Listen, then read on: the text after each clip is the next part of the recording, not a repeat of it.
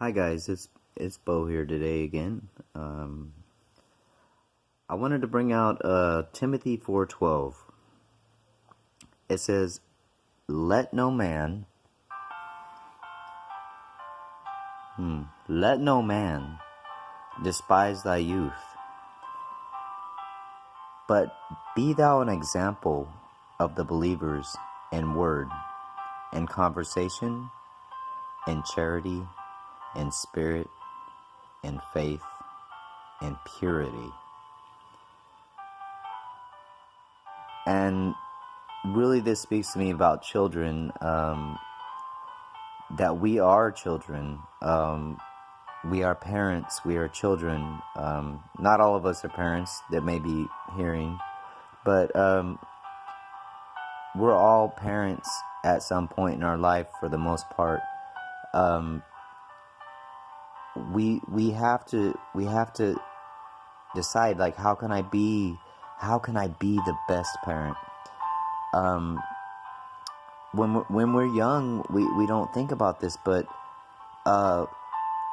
we're not taken seriously. We feel like like we're just a kid, and people don't want to hear our word. But how do we as parents bring up our children in the right way?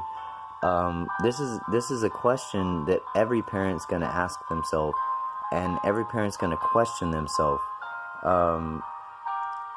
Are we doing the best for our child? How do we bring them up right? We bring them up through the Word of God, and the reason for that is because if you're a believer or not, you know that living that way of life is the best. So at least give it that chance. At least give it that chance. And remember that you're a child of God too. You are a child. I don't care if you're 65, 75, 105, or just 5. We are all children of God. And He knows a better way than we do on the right way to bring up our children. He is bigger than us. He's more wise than we are. As adults, we want to think that we know it all because we've been through this or been through that, and we've struggled in life, and we've overcome things in life, but we forget how that happened.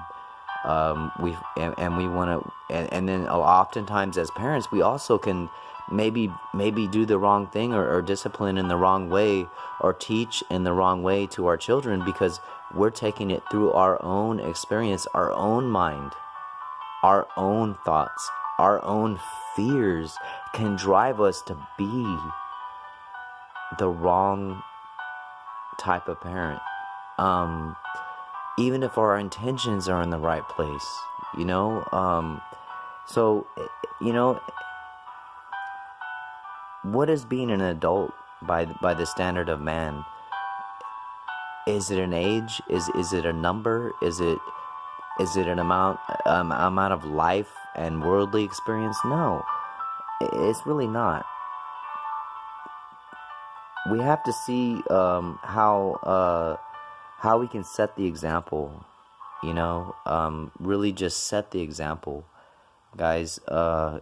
And what is the best example? Is through living in Christ, living in His way and His word, and when our kids are bad and they're just are not acting right, how do we react to that? Like, how do we teach them? We teach them through Christ. Start out by talking to them as young as I don't care how young they are. I don't care if they're 1 year old. Say the word God. Say the word Jesus. Get them on the right track in the first place. Even if you don't want to believe in it yourself, you know that the word of the Bible and the way that Jesus lived is the way that we want our children to be.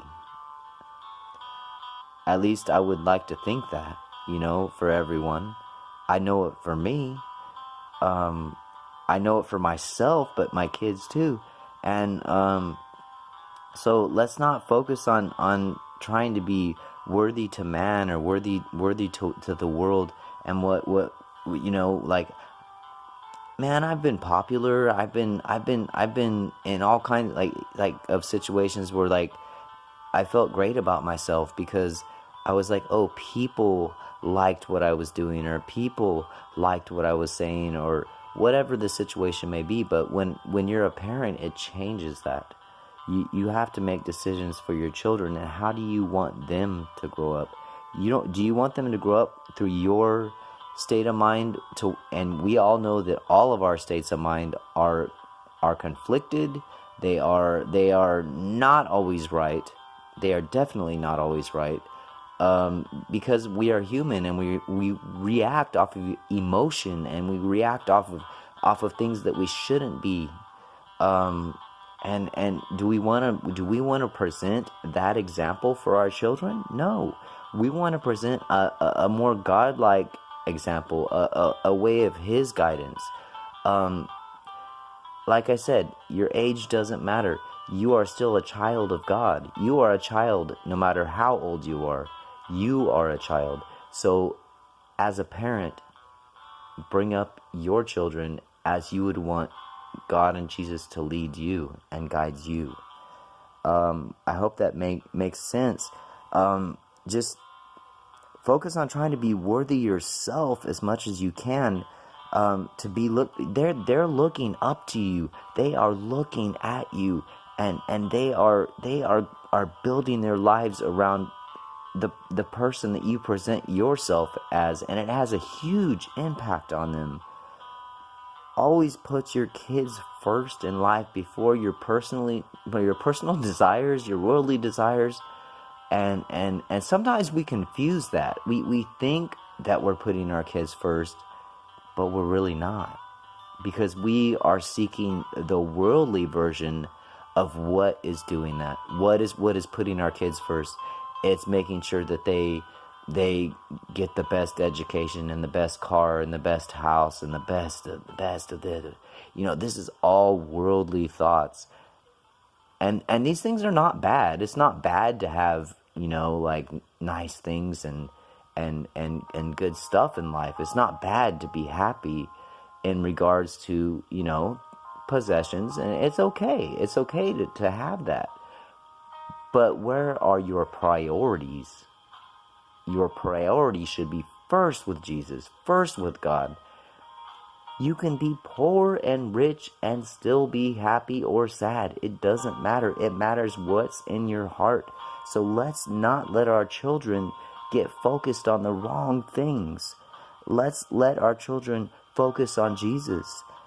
Let's let them try to be as much like Him as we want to be. And you can't tell me, even if you're not a believer, that you don't want to be the best person you can. And that's what Jesus is, and it is the perfect example of how we all want to be. So why would we not want the same for our children? Let's just not dwell on our disadvantages, dwell on our problems, because that will filter through us and it'll go to our children, and we don't want that. What we want is to bring them up through the Word of God. Just let them know that we are always going to start with Him, and as we grow older, we start to mature spiritually, if we want, and if that's our desire. We want to continue maturing spiritually till the end of our days here. And so let your verbal, your statements, the things that you say, the way that you discipline, the way that you bring up your children, reflect that. Your own spiritual maturity, let it start with them. Bring it to them, and they will become stronger than you. And I think every parent wants that for their children. They want their children to be better, happier, stronger. But the question is what brings that? What brings that happiness?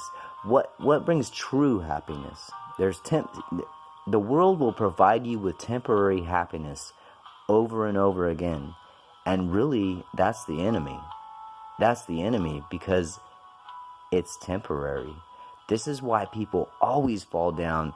They always go back to the bad things. They'll go from one bad thing to the next bad thing, instead of having faith in something that might have a real purpose and a real meaning. They will just want to just throw it away and move on to the next thing, and then they'll end up dead inside. And with each new moment that they have this temporary happiness, this temporary joy or feeling of righteousness, and that things are going well, it's temporary unless you seek it through Jesus. That is the only way. And back to the kids, start your children with this, with His word, so that they can grow up with that same state of mind, and that they can seek Him just like we all should be. Seek Him first.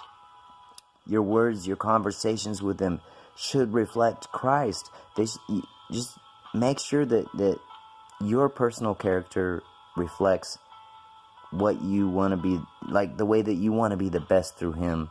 And above all, have faith in God, guys. I'm going to go ahead and end this with a prayer. Just Jesus, your word is truth. It's real. It's amazing. It's the most valuable thing that we have. And we're thankful for that. We want to push this on from through ourselves to our next generation, so they can push it on to their next generation, so that we can make sure, God, that our kids have this, Lord, that they can grow and be strong and have faith through the hard times and through the bad, and just let them thirst for your word, and just let them be hungry for your word, Lord, and no matter what, they will always be able to confide in you, and hopefully, obviously, as parents too, we want them to confide in us, Lord. And if we can do that as children of you, then they can do that so much more easily as children of ours, because we are all children of the Lord, of you, God. So this is for the parents. I love you guys. Have a good night.